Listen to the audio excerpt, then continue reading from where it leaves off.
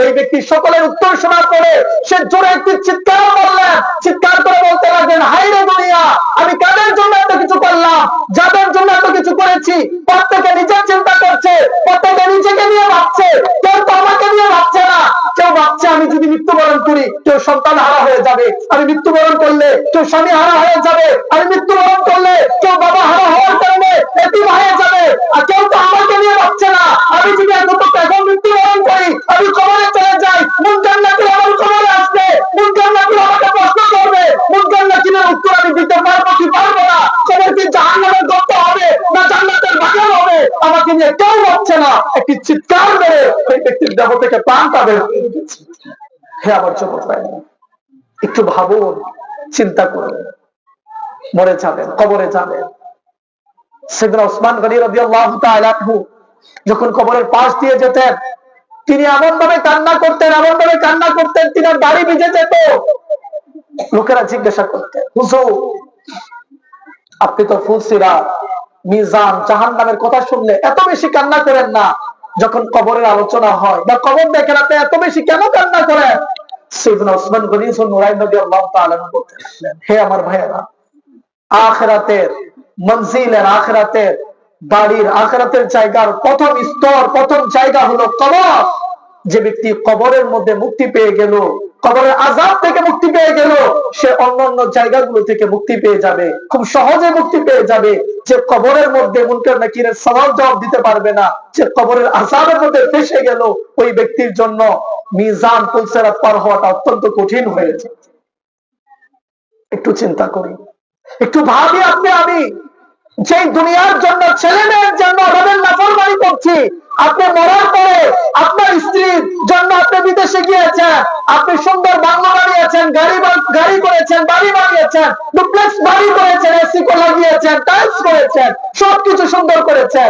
আপনার মৃত্যুবরণ করার পরে আপনার স্ত্রী বলবে না, আমার আদরের স্বামীকে আমি ওই ঘরের মাঝে একদিন দেখিনি। কাদের জন্য এত কিছু করছেন?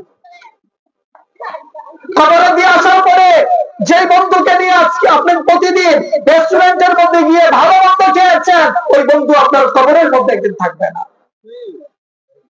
আপনার সম্পদ আপনার কবরে যাবে না।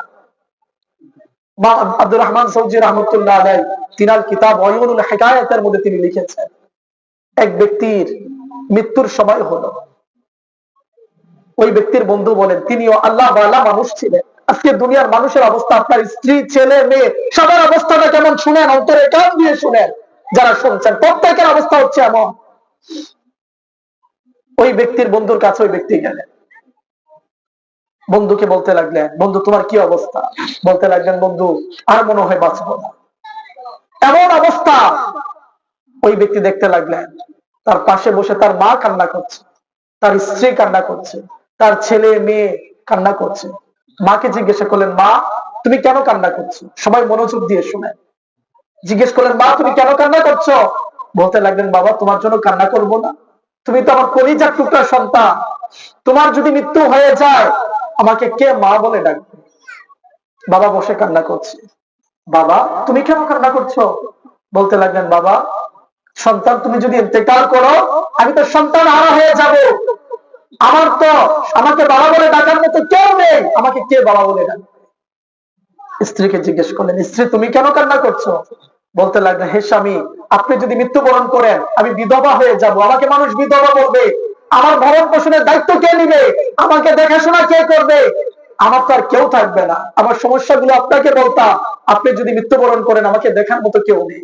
ছেলে মেয়েদেরকে জিজ্ঞেস করলেন, হে ছেলে হে মেয়ে তোমরা কেন কান্না করছো? ছেলে মেয়েরা বলতে লাগলেন, বাবা আপনি যদি ইন্তেকাল করেন আমাদের বাবার ছায়া আমাদের মাথার উপর থেকে উঠে যাবে, আমরা এতিম হয়ে যাব, আমাদের দুঃখ সুখ গুলো দেখার মতো কেউ থাকবে না। ওই ব্যক্তি সকলের উত্তর শোনার পরে সে জোরে একটি চিৎকার করলেন, চিৎকার করে বলতে লাগলেন, হায় রে দুনিয়া, আমি কাদের জন্য এত কিছু করলাম, যাদের জন্য এত কিছু করেছি। প্রত্যেকে নিজের চিন্তা করছে, প্রত্যেকে নিজেকে নিয়ে ভাবছে, কেউ তো আমাকে নিয়ে ভাবছে না। কেউ ভাবছে আমি যদি মৃত্যুবরণ করি কেউ সন্তান হারা হয়ে যাবে, আমি মৃত্যুবরণ করলে কেউ স্বামী হারা হয়ে যাবে, আমি মৃত্যুবরণ করলে কেউ বাবা হারা হওয়ার কারণে এতিম হয়ে যাবে। আর কেউ তো আমাকে নিয়ে ভাবছে না, আমি যদি এখন মৃত্যুবরণ করি আমি কবরে চলে যাই, মুনকার নাকির আমার কবরে আসবে, মুনকার নাকির আমাকে প্রশ্ন করবে, মুনকার নাকিরের উত্তর আমি দিতে পারবো কি মাটিকে নিয়ে কেউ বাঁচছে না, একটি চিৎকার মেরে ওই ব্যক্তির দেহ থেকে প্রাণটা বের হয়ে গেছে।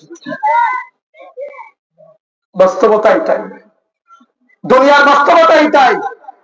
আপনার স্ত্রী আপনাকে ভালোবাসে, তার চাহিদাগুলো আপনি পূরণ করছেন। আপনি মৃত্যুবরণ করলে আপনার বাবা মা সন্তান হারা হয়ে যাবে, আপনার ছেলে মেয়ে এতিম হয়ে যাবে, তাদেরকে দেখাশোনার কেউ থাকবে না, তাদের ভরণ পোষণের কেউ থাকবে না, তাদের খোঁজ খবর নেওয়ার কেউ থাকবে না। এই জন্য তারা আপনাকে নিয়ে চিন্তা করছে, ফিকির করছে।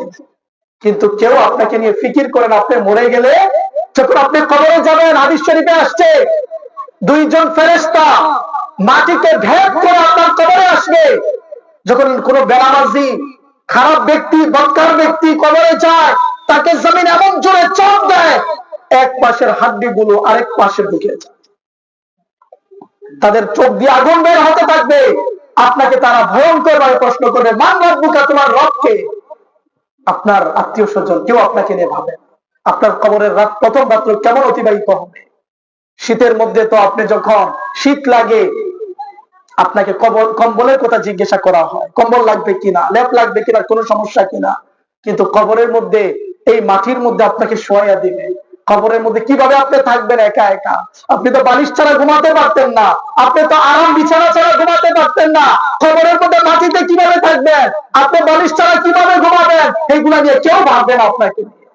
একটু চিন্তা করি আপনি। जगह से लगाने की दुनिया नहीं है, ये इबारत की जाए है, तमाशा नहीं है। দুনিয়া মন লাগানোর জায়গা নয়, দুনিয়া চিরস্থায়ী থাকার জায়গা নয়। দুনিয়াতে এসেছি, চলে যাব, কিন্তু এটা চিন্তা করি এসেছি কি নিয়ে যাব। একটু ভাবি, একটু চিন্তা করি। একটা কথা আমরা অনেক ছোটবেলা থেকে শুনেছি, মাটির ঘর, মাটির বাড়ি, মাটির হবে বিছানা, আসতো একা, যাইবা একা, সঙ্গে কেউ যাবে না। কিন্তু বাস্তবতা এটাই, কেউ যাবে না আপনার আমার সঙ্গে। কিন্তু কি নিয়ে যাব আমি? কি নিয়ে যাচ্ছি? কবরে আমি যাব, কবরের প্রস্তুতি কি আমার কাছে? দুনিয়াতে যদি রব জিজ্ঞেস করে, বান্দা কি নিয়ে এসেছো?